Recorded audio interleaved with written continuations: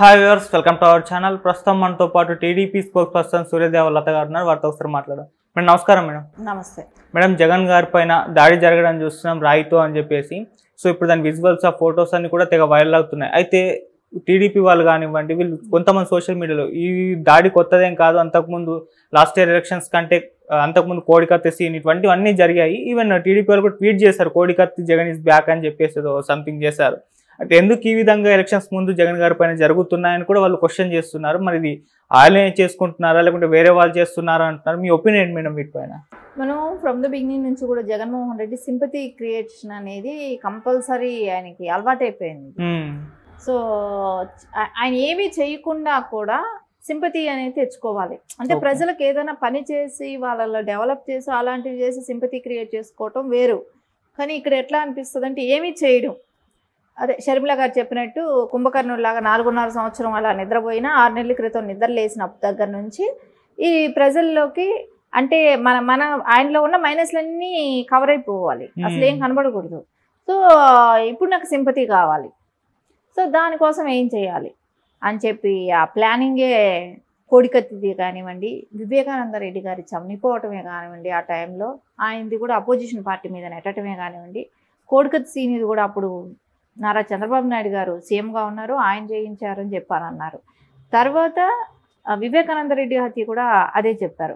కానీ వివేకానంద రెడ్డిని వాళ్ళే చంపుకొని ఇప్పటి వరకు కూడా అరెస్ట్ కాకుండా కాపాడుతూ వచ్చేదే జగన్మోహన్ రెడ్డి. సో ఈ గత కొద్ది రోజులుగా మనం ఒకటి గమనిస్తుంటే షర్మిల గారు అగ్రెసివ్గా వెళ్తూ కడప జిల్లాలో వీళ్ళ విషయాలన్నీ బయట పెడుతున్నారు.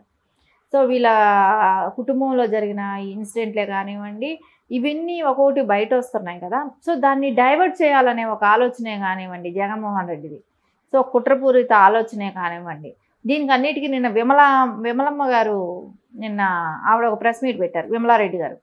సో ఆమె ప్రెస్ మీట్ పెట్టి ఆవిడ స్టైల్లో ఆవిడ ఏదో చెప్పింది. సరే ఆవిడ వెనకాలే చాలా గోతులు ఉన్నాయనేది ఆమెకు తెలియట్లేదేమో, దాన్ని చూసుకొని మళ్ళీ మాట్లాడటం ఆవిడ బెటర్. కానీ ఈ జగన్మోహన్ రెడ్డికి ఏదో ఒకటి డైవర్ట్ చేయాలి, సో నా మీద సింపతి రావాలి, సో నేను ఏం చేయాలి అనే ఒక ఆలోచనే కానివ్వండి ఆయనకి ఎప్పుడూ చేసే రొటీన్ పని. కానీ ఇంకా ఉందండి, ఇంకో 4 రోజుల్లో ఉంది, ఎవరిని చంపుతాడో తెలియదు. సో అదో పెద్ద ప్రాబ్లం. అంటే కుటుంబ సభ్యులే, ఎందుకంటే ప్రతిసారి ఆయన కుటుంబ సభ్యులు సెంటిమెంట్గా చూసుకున్న కుటుంబ సభ్యులు చనిపోయినప్పుడంతా కూడా ఆయన మళ్ళీ సీఎం అవుతున్నాడు కాబట్టి సో నెక్స్ట్ ఎవరిని ఇచ్చేస్తాడో కూడా తెలియదు. ఎందుకంటే చంపేసి మళ్ళీ వాళ్ళని అపోజిషన్ పార్టీ అని చెప్పి నెట్టి సో మళ్ళీ ఎలక్షన్కి వచ్చినప్పుడు ఆయన గెలవటమే కానీ ఆ సింపతి దీన్ని క్రియేట్ చేయడం అనేది ఆయన సర్వసాధారణంగా చేసుకొస్తున్నాడు. ఇప్పుడు మనకు అక్కడ చూస్తే కూడా అంత ప్రీప్లాన్డ్ స్కెచ్ చేసినట్టే కనపడుతుంది మొత్తం ఆయన. సో ఎక్కడ కూడా ఆయన మీద అపోజిషన్ పార్టీ వాళ్ళు చేసినట్టు ఎక్కడ కూడా ఇంత కూడా డౌట్ కూడా కానీ ఎవరికి కానీ ఇన్వెస్టిగేషన్ అట్లాంటిదే కానీ జరుగుంటే ఏం పోలీసులు నిద్రపోతున్నారా? డీజీపీ నిద్రపోతున్నాడా? ఈ పార్టీకే కనిపెట్టేవాడు కదా, అపోజిషన్ ఏంటి ఈ పార్టీ పట్టుకునేవాళ్ళు కదా. సో ఇప్పటి వరకు ఎవరు దొరకలేదు, ఎవరు ఇది కాలేదు అని అంటే కారణం ఏంటి? ఖచ్చితంగా అది వాళ్ళ ఇదే స్కెచ్. సో కొట్టేసి వెళ్ళిపోయారన్న రేంజ్లో ఇప్పుడు చెప్తుంటారు. సో కొట్టేసి వెళ్ళిపోయారన్నప్పుడు డీజీపీ వైఫల్యం కదా, రాజీనామా చేయాలి కదా. జగన్మోహన్ రెడ్డికి ఎందుకో ఆ విధంగా ఆయన ఆలోచించట్లేదు. వైఫల్యాలు పెట్టుకున్న డీజీపీని పెట్టుకొని ఏం నడిపిద్దాం అనుకుంటున్నాడు అంటే ఇంకా ఎవరిని చంపాలో అప్పుడు వరకు ఆ డీజీపీ హెల్ప్ కూడా అవసరమన్నా? ఈ లోపల ఎంతమందిని చచ్చిపోతారో తెలియదు. ఈ కుటుంబ సభ్యుల్లోనే జాగ్రత్తగా ఉండాల్సిన విషయం కూడా ఒకటి ఉంది ఇక్కడ. ఎందుకంటే ఆ రాజకీయ దాహం అనేది మనకు కనపడుతుంది జగన్మోహన్ రెడ్డి గారి విషయంలో. సో ప్రతిసారి ఆయన ఎలక్షన్ బిఫోర్ కుటుంబ సభ్యుల్ని చంపడమే కానివ్వండి, ఆయన మీద ఆయన ఘాట్లు పెట్టుకోవటమే కానివ్వండి, ఇవన్నీ మనం చూసాం. సినిమాల్లో జరిగేటట్టే చేస్తాడు, ఇంకెక్కడ ఇంచు కూడా తేడా రాదు, అంత సినిమా స్క్రిప్ట్ లాగానే ఉంటాయి. ఆ విధంగానే చేస్తున్నాడు. అది అపోజిషన్ పార్టీ మీద నెట్టడమే కానివ్వండి, ఇది ఆయనకు ఒక రొటీన్ లాగా అయిపోయింది. ఓకే మేడం, అప్పుడు కోడికత్తి జరిగినప్పుడు ఆయన పైన సింపతి వచ్చింది, ఎలక్షన్స్లో గెలవడానికి యూజ్ అయింది. వివేక హత్య కేసు అప్పుడు కూడా అయింది. మరి ఇప్పుడు కూడా సింపతి వస్తుంది, ఇది కూడా వర్కౌట్ అవుతుందా? మీ ఒపీనియన్ మేడం? ఇది అంటే ఫస్ట్ టైం నమ్ముతారు, రెండోసారి నమ్మరు కదా. సో ఇప్పుడు అదే జరుగుతుంది. ఎందుకంటే ఇప్పుడు కోడికత్తి సీనుని పాపం ఏమీ చేయని అమాయకుని తీసుకెళ్ళి అని వాళ్ళ జీవితాలు నాశనం అయ్యాయి. ఇప్పుడు వివేకానంద రెడ్డి గారిని చంపారు, అది ఎవరు చంపారు ఎవరు చేశారు అనేది కూడా తెలుస్తుంది. సో వాళ్ళ కుటుంబ సభ్యులే కొంతమంది బయట వచ్చి కూడా చెప్తున్నారు. ఇప్పుడు షర్మిల గారే కానీ, సునీత గారే కానీ వాళ్ళే బయట చెప్తున్నారు. సో ఇవన్నీ కూడా నిన్న అంత సినిమాటిక్ లాగా భారతిరెడ్డి గారు వెళ్ళి ఎదురుగా చెయ్యి ఊపటం, ఆయన బస్సులో ఆయన యాత్ర చేస్తుంటే అంటే ఏదో ఒక ఫిలిం లాగా అనిపిస్తుంది. హీరో హీరోయిన్ చెయ్యి ఊపుకుంటా, హీరో వస్తున్నాడు హీరోయిన్ చెయ్యి ఊపుతున్నట్టు, ఈ లోపల ఎవడో విలన్ రాయేసాడు అన్నట్టు, దాన్ని మళ్ళా అపోజిషన్ మీద నెట్టదాం అన్నట్టు. ఇవంతా ఏంటి అసలు? ఒక రాష్ట్ర సీఎం లాగా ఉందా ఇదేమన్నా? ఒక చూడటానికి ఒక స్టోరీ లాగా క్రియేషన్ చేస్తున్నారు. సో రేపు పొద్దున ఇంకెవరిని చంపుతారో తెలియదు. ఈ చాలా దారుణంగా అనిపిస్తుంది. ఆంధ్ర పరిస్థితి తలుచుకుంటే ఈ ఎలక్షన్ లోపల ఎవరిని చంపేస్తాడో, ఇంకెంతమంది పార్టీ సింపతి పర్లే అవ్వచ్చు, నాయకులే అవ్వచ్చు, కుటుంబ సభ్యులే అవ్వచ్చు, వీళ్ళని అందరినీ కూడా వాళ్ళే చంపేసేసుకొని అపోజిషన్ పార్టీ మీద నెట్టి ఓట్లు సింపతి స్టార్ట్ అవుతుంది.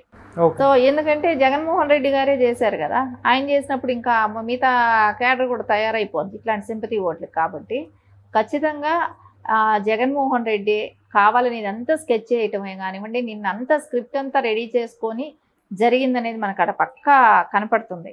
ఓకే, మేము ఇప్పుడు చూసుకుంటే దాడి జరిగిన తర్వాత వైసీపీ నేతలు అంతా కూడా సజ్జల గారు, రోజా గారు, కొడాలి నాని వీళ్ళంతా కూడా మీటింగ్లు పెట్టి ఇదంతా చంద్రబాబు గారు కుట్ర, చంద్రబాబు గారు చేయించారని చెప్పేసి నమ్మించే ప్రయత్నం అయితే చేస్తున్నారు. మరి ఇది ఎంతవరకు వర్కౌట్ అవుతుందంటారు? ఏంటి చంద్రబాబు నాయుడు గారు ఏమైనా రాయితో కొట్టిస్తే చచ్చిపోతాడు అనుకున్నారా? ఏంటండి అసలు ఏమైనా అర్థం ఉందా? అసలు ఎన్ఎస్సి వాళ్ళు ఏమయ్యారు? ఆయన సెక్యూరిటీ ఏమైంది? ఒక సెక్యూరిటీ పర్సన్స్ ఒక్కళ్ళు ఉన్నారు అక్కడ పక్కన. అసలు కరెంట్ ఎట్లా ఆఫ్ అవుద్ది? ఒక సీఎం వస్తున్నాడంటే కరెంటు పోద్దా?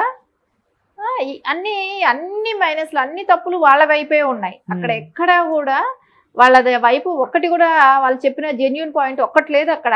సో కరెంటు లేదు, కరెంటు పోయింది, సరే దెబ్బ తగిలినాక ఆయన కిందకి వెళ్ళిపోవాలి అంటే నెక్స్ట్ మళ్ళీ ఏం అటాక్ అవుతుందో అనే ఒక భయం అనేది ఉండాలి. నిజంగా అయితే ఎవరైనా బయట అటాక్ చేసినప్పుడు అయితే ఆ భయం అనేది ఉంటుంది. వాళ్ళే చేయించుకున్నారట, ఒక రాయి అయిపోయింది తుడిచేసుకున్నాం, మళ్ళీ ప్రజల ముందు నిలబడుతున్నాం, ఇలా ఆలోచిస్తారు. కానీ సో ఆయనకి వెంటనే బస్సులోకి వెళ్ళి ఉండాలి, అక్కడ నుంచి ఎక్కడైనా సురక్షితమైన ప్రాంతంలోకి తీసుకెళ్ళి ఉండాలి, అక్కడ మొత్తం క్రౌడ్ అంతా పంపించేసి ఉండాలి. అలాంటిది ఏమీ జరగలేదు కదా, ఏ హడావిడి లేదు కదా. మళ్ళీ తర్వాత వెళ్ళిపోయి అంటే ముందు హాస్పిటల్కి కూడా వద్దనుకున్నాడు, తర్వాత వెళ్తే 3 కుట్లు పడ్డాయి అంటవేంటి? 3 కుట్లు ఎందుకు పడతాయి? ఆడ ఏమన్నా పెద్ద గాయం ఉందా 3 కుట్లు పడేదానికి? గీసుకుపోయిన దాన్ని పెద్ద గాయంగా పెద్ద అంటే నారా చంద్రబాబు నాయుడు గారి మీద అటాక్ జరిగినప్పుడు ఇంతంత రాళ్లతో చేశారు, కానీ ఇక్కడ అట్లాంటిది కూడా కాదు కదా. ఓకే, సో వాళ్ళు బుల్లెట్ ప్రూఫ్ ఓపెన్ చేశారు, ఇక్కడ ఏమీ లేదు కదా. ఎందుకు ఇలాంటి ఇన్సిడెంట్లని అపోజిషన్ పార్టీ మీద నెట్టి సింపతి ఓట్లకి ప్రజలేమి ఇంకా నమ్ముతారనుకొని మూఢనమ్మకాలు ఇట్లాంటి పిచ్చి డెసిషన్స్ ఇంకొకసారి చేస్తే ఇంకా అస్సలు నమ్మే పరిస్థితి లేదు. ఇప్పటికే నమ్మట్లేదు, ఇంకా కూడా అసలు నమ్మరు. నీ కుటుంబ సభ్యులు నువ్వు చంపుకున్నా కూడా అది నీకు నష్టమే కానీ ప్రజలు కూడా నమ్మే పరిస్థితిలో లేరు ఇంకా. Okay madam, thank you so much. Thank you.